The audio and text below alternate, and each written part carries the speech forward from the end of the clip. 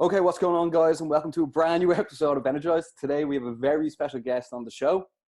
We have Sinn Féin councillor, author, and Irish MMA OG, Paddy the Hooligan Holohan. Paddy, how are you doing?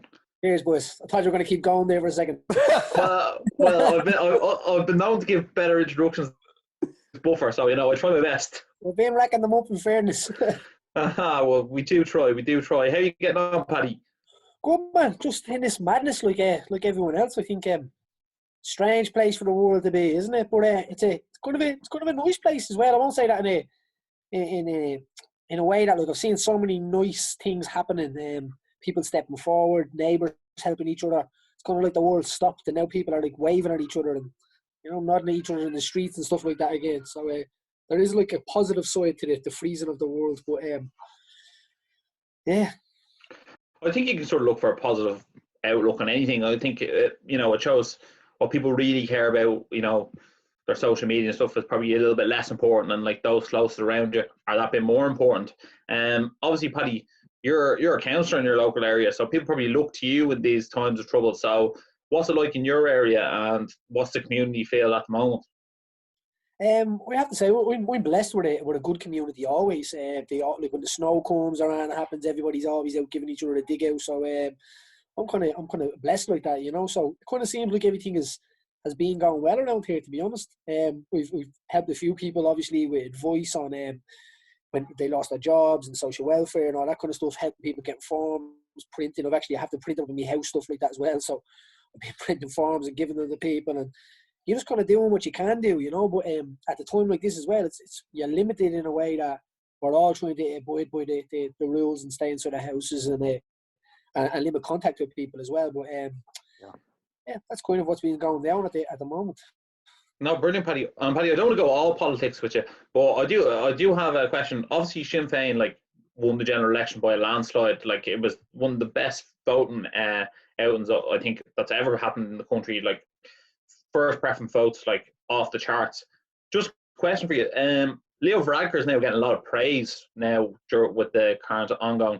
Do you think that because there is no government in power that Leo Varadkar has a chance of retaining the seat? I think perception has a huge part in the world, and the access to be able to broadcast that as well is massive. And I don't think it's I'm not telling any stories if it was to say RTE were a bit biased to Sinn Féin during the election, and I haven't really seen any other parties on the national broadcasts. We've seen ministers that lost their seats addressing the nation and stuff like that. So to me, I don't know. I'm just kind of observing it from afar now, and people are starting to wake up a little bit. Social media is helping people to wake up, and they're starting to make their own minds and link the lines and stuff like that together. So the story will be told. Some media outlets, I actually heard a media outlet, they wrote the other day, Mary Who, about Mary Lou McDonald, which was very disrespectful. The woman is sick, She said that she posted on her Instagram, if I recall rightly, her son's school was the first school to come down with coronavirus, and she had to isolate at the start. So I think it's pretty clear when media outlets are taking and making fun of people like that while they're in situations like that. It shows no empathy, shows disrespect, and I don't think you would see that going the other way. So, and if it did go the other way, you would definitely hear about it. So I think there's definitely everything that has happened has been said by Sinn Féin before it has happened. Probably a few days actually too late to me. But I won't fault the government what they're doing. The right calls have been in. We're ahead of most countries. The numbers are looking good.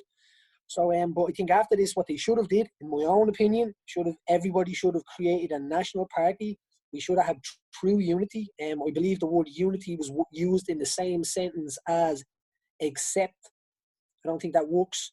So we should have united everybody together, solved this problem, shook hands, and then maybe went back to the ballot boxes after this. That would have been my that's the true democracy that would have been. I think it's a shame if two parties go off to the side now and have a discussion in the middle of a crisis and form a government for the next 5 years I don't think that's fair on the Irish people, and but that's just my opinion. Oh, I'd actually agree with you, Paddy, and I think that's what they are doing behind closed doors, and I don't think it's right. The people vote one way, the people should be given what they want. But look, I mean, you go down the political avenue, and everyone has their 2 cents to throw in there. Listen, the boat will be on the That's the way it is. newspaper if we're not careful here tomorrow. Paddy, we won't get you in any trouble. We won't get you in any trouble. The newspapers, and anyway. People are watching the news these days, so loads more people are watching the news. So yeah. But here, Paddy, I have to admit, I love your passion for it as well, and I can see you're really helping the community as well. It's a great thing to see. This all obviously came from becoming an MMA star in Ireland. Can you bring us back to the beginning of your MMA career, please, Paddy? All them words, them star words and all, and celebrity and all that still kind of gets me a little bit. I am literally. We're just a little a red fella from Jobstown that just went for it. We always had lots of energy, and I was lots of interest in all different types of sports. But when I found jiu-jitsu and martial arts, kind of when I found that camaraderie, in that it was like finding, it's like I say in my book, it's like finding a family that I wanted. I wanted that to be able to express loyalty and passion and empathy into all of them things that I feel that I have in abundance. Yeah. So, but the thing about them, sometimes you can give too much of them, you know what I mean? And you have to be very careful. I'm learning that as I get older, because it can drain you energy-wise, you know what I mean? Creating relationships and stuff like that, and giving so much to them that sometimes when they disappear. And I would have had lots of relationships that are not as close anymore, and some people that I wouldn't have been as close with that I'm even more closer with now. So I'm learning more as an adult, but when I first started off, I fell in love. That was it. I found jiu-jitsu, and that was it. I knew I was going to do it. I was driving home, and I remember saying to my friend Dean, I'm going to do this for the rest of my life. And then the MMA thing kind of happened on the road. So I was always able to fight. I grew up in a tough area, where you had to be able to fight, and you probably had a little scuffle every day, to be honest. Yeah. So I had the idea of understanding what it felt like when you're walking towards a fight and your mouth's starting to go, and you know what's going to happen. You can kind of get a little, I won't say more comfortable. It's never as comfortable as you want it to be, but you start realizing, right, it's going down. It's not just talk anymore, So, and then with MMA, I was able to, when you accept in a fight, and then you're moving towards it. There's this little uncomfortable, flirtatious feeling going on inside you, and it's and that's it. I lived for that. That was my drug for sure. Well, I remember, Paddy, the first time. I actually remember I met you. It was actually in the Regency Hotel. I think it was a Battletown. It was the first time I actually met you in person. I was like, "Is that Paddy Holohan?" Yeah. Huh? You wasn't running out of it, no. No, not this occasion. Not on this occasion. It was actually quite funny because I wanted to say hello to you. We sort of had a brief hello, but we were both in the jacks. I always find it's weird to say hello to someone in the jacks. You know what I mean? So it's one of those things. But what's called? Anytime I've ever seen you since that, you've always been very pleasant. You're always a pleasant guy. You say hello to everyone. You have time for everyone. And I think that made you sort of a hero amongst the Irish people. I know you don't like that that moniker, but at the end of the day, you're such a likable guy. You're one of us, and I think that's what really makes people relatable. And your UFC career, it was sadly cut short due to your sort of health issues, but it started off with such a bang. When you fought in UFC Dublin, I know you were on the Ultimate Fighter first, but when you started off your UFC debut in the 3 Arena, you were the curtain jerker. And I actually thought you had one of the hardest fights of the night against Sampo, because Sampo was a hard-nosed, muscly wrestler. And I was like, Jesus, I go, Paddy's in for a rough one here. And then you went out there and you kicked off what was known as the takeover. Yeah. Tell us about that, Paddy. Hey man, it could have been Godzilla with a baseball bat out there. I'm telling you, I went out there and flattened him that day. There's something about that arena when you, it's like when you plug it into yourself or something like that it amplifies you. It's the dressing room has a lot to do with what's going on in a fight, and fear can be like your first battle there. So I felt really sharp there. I always talk about the chimp paradox. So we talk about there's a chimp inside you. I can't remember the professor who wrote the book, but it's a book. It's incredibly it's an incredible book. I've been researching it for a good while now. But there's a part in you that just wants to run away, or he wants you to make a decision. And the human, he's the normal dude inside you. So to me, when you getting to the door in the Tree Arena, it was like looking across the room with my chimp, and the both of us were on a perfect equilibrium. We both knew what was going to happen. We weren't fighting with each other. He wasn't pulling me one way, and I wasn't pulling him the other way. We were ready. And when I walk out, it felt like I was on like on a skateboard nearly. I know it sounds weird, but I was going out there to get the first win, the UFC win on Irish soil. The last time I had stood there, I was sitting in the crowd watching Tom Egan making that walk, and to be making it, and then you're walking, it's I was aware of this. This is a dream. This is something that if you can accomplish this right here, right now, when it comes back to you being 60, 70 years of age, or your deathbed or whatever, Paddy, this moment is going to be something that you've accomplished that. So I knew that I was never able to get beaten at that arena. It could have been anybody that night. Yeah. Did you feel extra pressure going out, knowing that you were first and that you were almost setting the benchmark? Or was it just... Okay, yeah, go on. No, go. Yeah, or did that even affect you, or was it just here, this is all me, I'm going to go out and just do it for me? I'm just when I'm there, it's in my face. You can see it. My girlfriend knows it. My family knows it. When I'm there and I'm walking out, it's like my face turns off or something, but all the muscles don't work. So even when I look at the photograph, I can know when I was there or when I wasn't there. Even in my younger fights, so I never really felt pressure. To me, I was going out there to do a job. I'm not walking out thinking right, if we don't win and this happens, then that happens. It's bliss. It's one of these moments where you just focus on the moment. You don't think about the aftermath. You don't think about before. You don't think about in between it. You just think about that moment and each individual moment as it goes on in the fight. And I think that's good advice to give a young fighter as well. Some people will be talking about, when I win, I'm going to jump up on the cage and all. To me, that would scare me when I hear one of my lads saying that, or one of my girls saying that could be, because you need to be, it's fight or flight, it's fight or pilot moment. You need to be, it's in a dog fight, is it? In a dog fight, you're just thinking about that other plane and moving and little movements, and if you make the wrong movement, you're gone. You don't have time or thoughts for after that moment. So, and I apply that to a lot of life. I remember after the fight, Paddy, you were walking around the arena as if you were a fan, and I remember me and one of my mates got a photograph with you, and you're like, I'm just trying to get a cup of tea or something. It's hilarious. You haven't even changed. There with the same cup of tea from all back then. That sounds like me, all right, Brady. One of my fondest Paddy Holohan moments. Do you remember when you're on the Ariel Helwani show and he was trying to show you all the teas and be like, do you like this tea? Do you like this tea? And I was like, he actually just doesn't get it. He didn't get that. It was this is just Lions or Barry's tea to Irish people, and that's it. There is no other teas. Was this in Boston? Was that in Boston? No, that was the one after that. Yeah.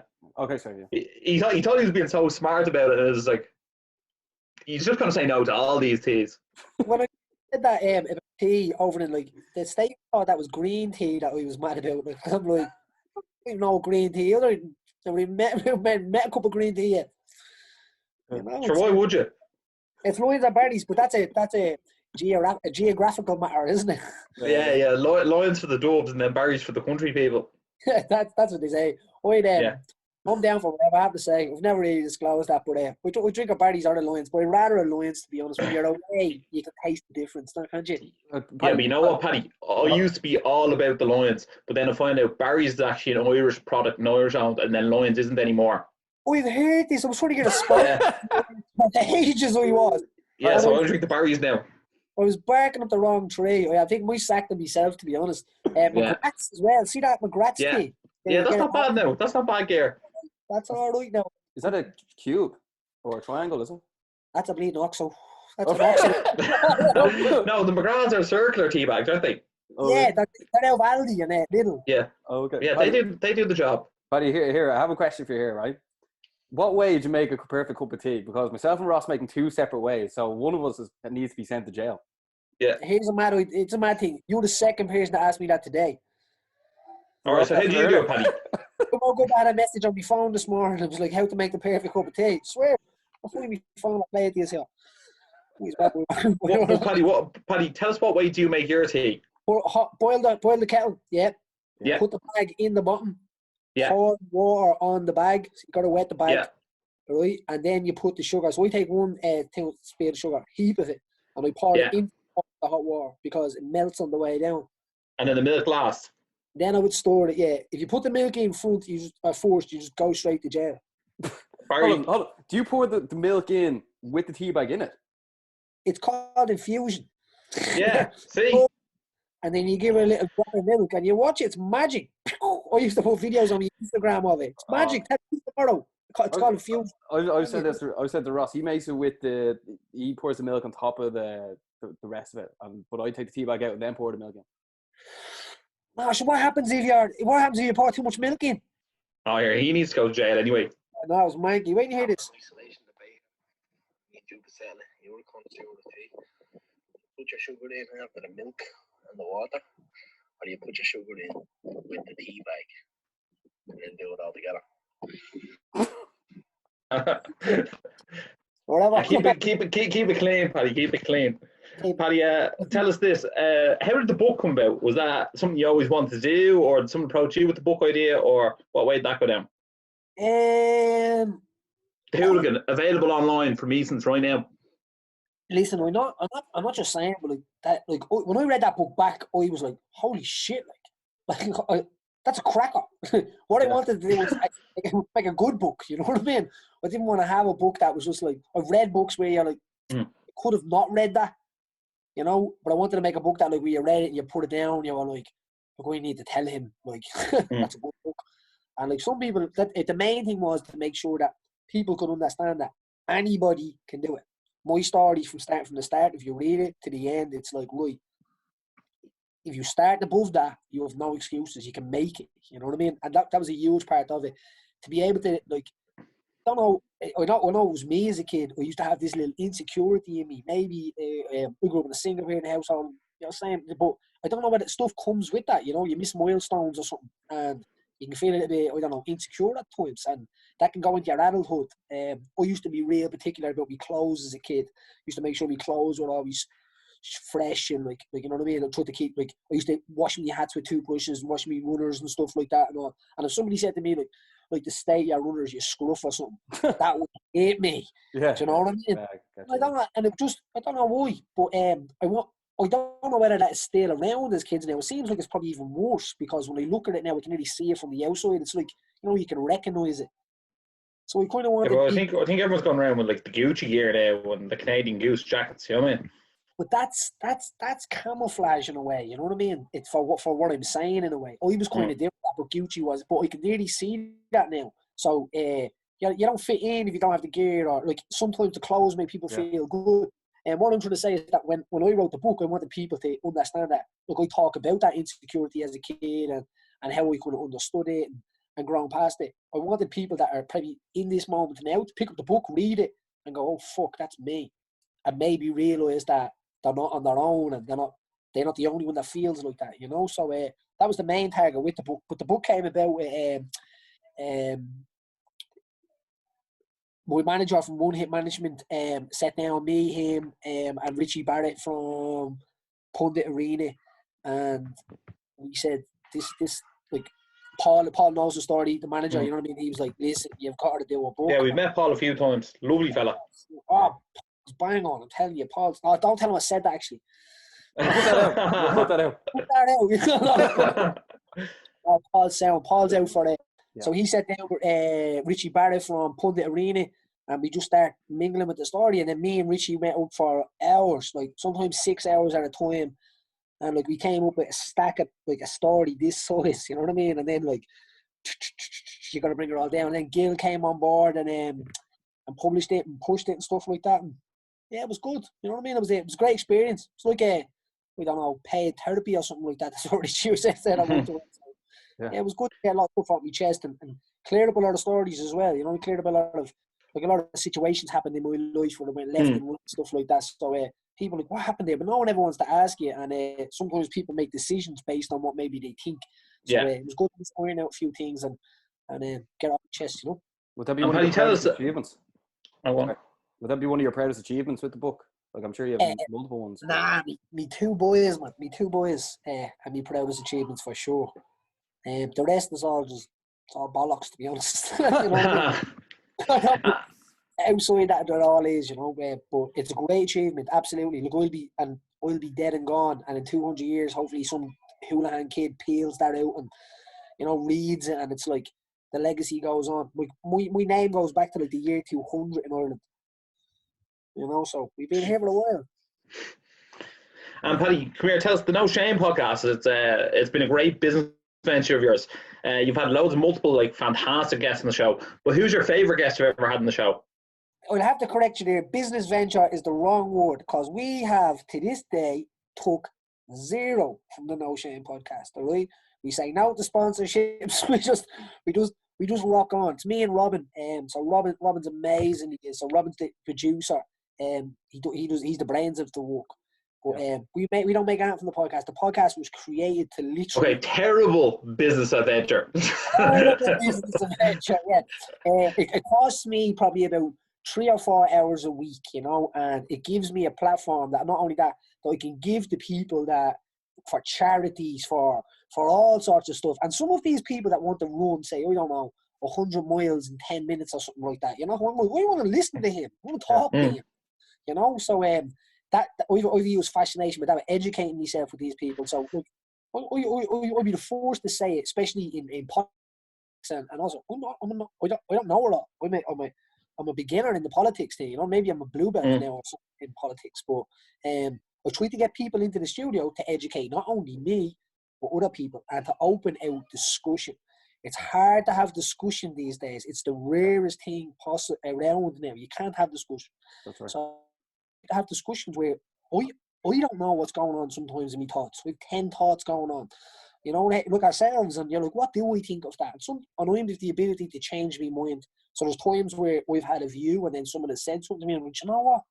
That makes a lot of sense, and I look at it a different way. And then I have the ability to change. I'm just trying to be the best human there is out there, you know. So it's nearly like a learning process for me with the podcast as well. But the best guest I've had, that's the long answer to your question, would probably have to be Jerry Adams was there. Oh, Jerry yeah. Adams. Big Jerry, what? Big scalp. Big scalp. And Jerry Adams is an amazing man as well. Like, in the way of when we sat there to start doing the podcast, Jerry sat there and he wasn't really talking too much. He was just saying, "Aye, okay, aye, okay."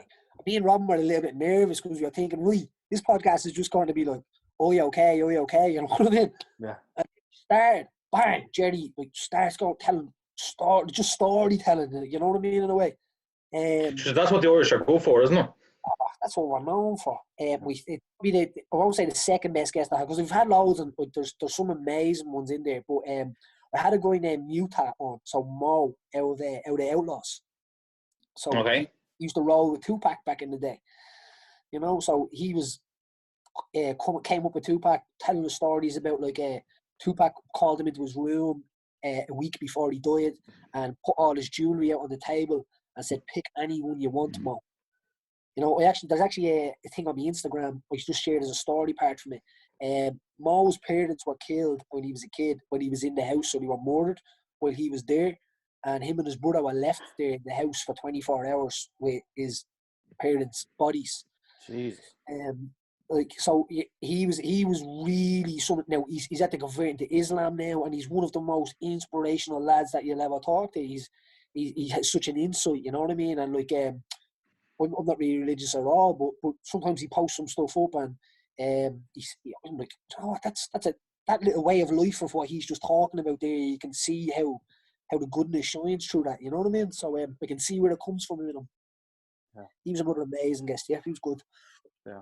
Well, there's one thing I think we can all agree on is like doing podcasts, the people you get to meet and chat to, and it's something that never existed before, and it's unbelievable that we can do it, you know. It's very important. Paddy, just to sort of sum up your MMA career, just because we haven't talked too much about it, you know what I mean? You made that walk in Dublin. I know you went over, you lost in Canada, but you made 50 Gs out of it. You won in Boston. I think you won in Glasgow. And then your sort of swan song was Dublin. You headlined against Louis Smoke. it didn't go your way, but no better place to bow out in front of your hometown. I know you didn't know at the time it was your bow out moment, but is UFC Dublin the first for yourself? Was that your defining moment of your career? That would always be my best moment of my career, no matter what would have happened. I think if we had went on to win a belt or anything like that, that would have been the best moment. Like, that moment of my life was literally like, if you probably read my book, I don't know if you have, but it was life or death for me with that at that moment. Like, that's like, if I was watching a film, that's what I would expect the story to play out like, you know. Like, I came from depression before that. I was depressed on me mallet I was after the Ultimate Fighter. At the time, I didn't even know it. Kind of only discovered it over the last few years that I was just in this dark place. Stuff that I'd found that I wrote when I was doing research for the book and all. I was like, whoa, that was dark. You know what I mean? I was broke. And I had a disc problem in my back. I'd slipped my disc with 2 surgeries. One of them I did it. I made it all the way back. I was doing well again, and then I slipped the disc again. Like, the failure was just coming at me in waves, and I was like, I'm never going to make it, you know, never. And then that chance came. So to me, that was like, right, everything you've done is for this moment, and to be like, stand there in that moment after getting that win and let it just fall off your body, to just be like, you know what? This is it. That's really what I'm made of. It's never give up. You know what I mean? So that would have been my best moment, regardless. But what was the other side of the question? That was the whole question. That was the whole question. What was your best moment? You know what, Paddy?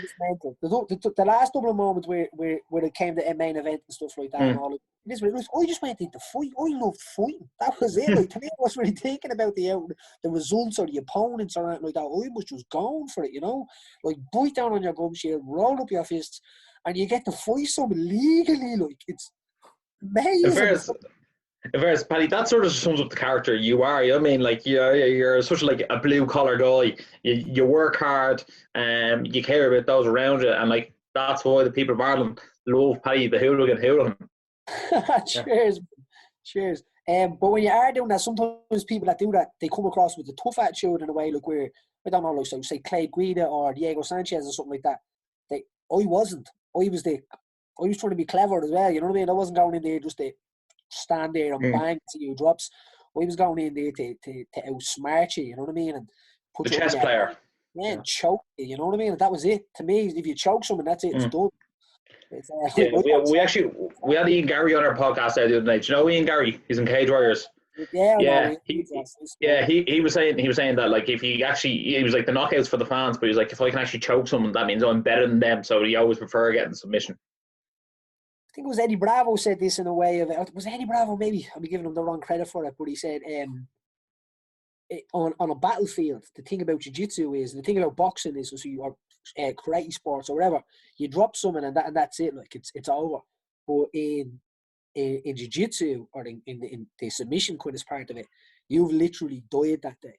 So apart from the tap, which is mercy, you know what I mean? So to me, that's when I was going out there, that's how.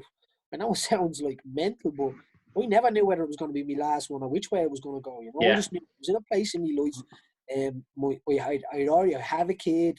I was kind of like, you know what? I'm just going for it. This is life in a way. Whatever happens, happens. Balls to the wall. You know what I mean? And I'm just going for it. Like, and unfortunately, I would have been still going for it if we had been like, I don't know. We're in a place in the world. I know it's about like looking after yourself and safety and stuff like that. But look where we are now. We're in a pandemic now at the moment, you know, like there's many people going to die, there's many people that have died, and it's so sad, you know. So like, I should have been allowed to live my life, you know what I mean? In a way, because we never know. Like, say for fighters out there now, the equivalent of what has happened now, where the world has just stopped. There's no fighting, there's no MMA. We don't know, you know what I mean? Where we're at with it. If somebody had said to me on that day, like, you have to retire, that's the feeling I got, but it's forever. You know, it's forever. So it's a horrible feeling. And I was like, watching your mate drinking cans or something, and you're on the wagon or something. Well, look what you've achieved after, Paddy. Like, even like obviously being elected, the book, you open up your own gym as well. Like, I mean, Paddy, your journey has been, you know, next level, and we appreciate you bringing us on it. It's been phenomenal journey, and you know, you're an absolute credit to the Irish people. We love supporting you on all your future ventures. Thanks a million for coming on. Barry, have you anything to add on, or? No, Paddy, I just want to thank you. And like myself and Ross really do enjoy your podcast as well. So for people who haven't checked out Paddy's podcast, make sure you do, because the guests have been sensational. And buy the book, The Hooligan. And buy the book. This week we have doctors on it, boys. Right? Watch this. Brilliant. We'll be very interested. Okay. Paddy, thanks a million. Yeah. And as always, stay energized. Look after yourself, boys.